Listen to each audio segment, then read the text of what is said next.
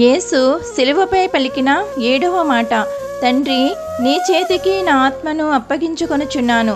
యేసు ఆకాశానికి భూమికి మధ్యలో వ్రేలాడుతూ ఉన్నప్పుడు, తండ్రి, నీ చేతికి నా ఆత్మను అప్పగించుకొనుచున్నాను అని చెప్పి ప్రాణము విడిచారు.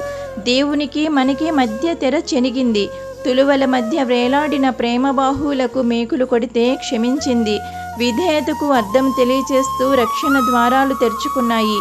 నా శరీరము నీ కొరకేనని, నా రక్తము మీ అందరి కొరకేనని ధారపోసి తన ఆత్మను తండ్రి చేతికి అప్పగించాడు.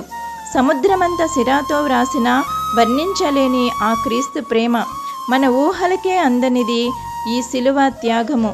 మన పాప శాప దోషములు ఆయనను సిలువను వేస్తే మౌనముగా భరించింది ఆ అమర ప్రేమ.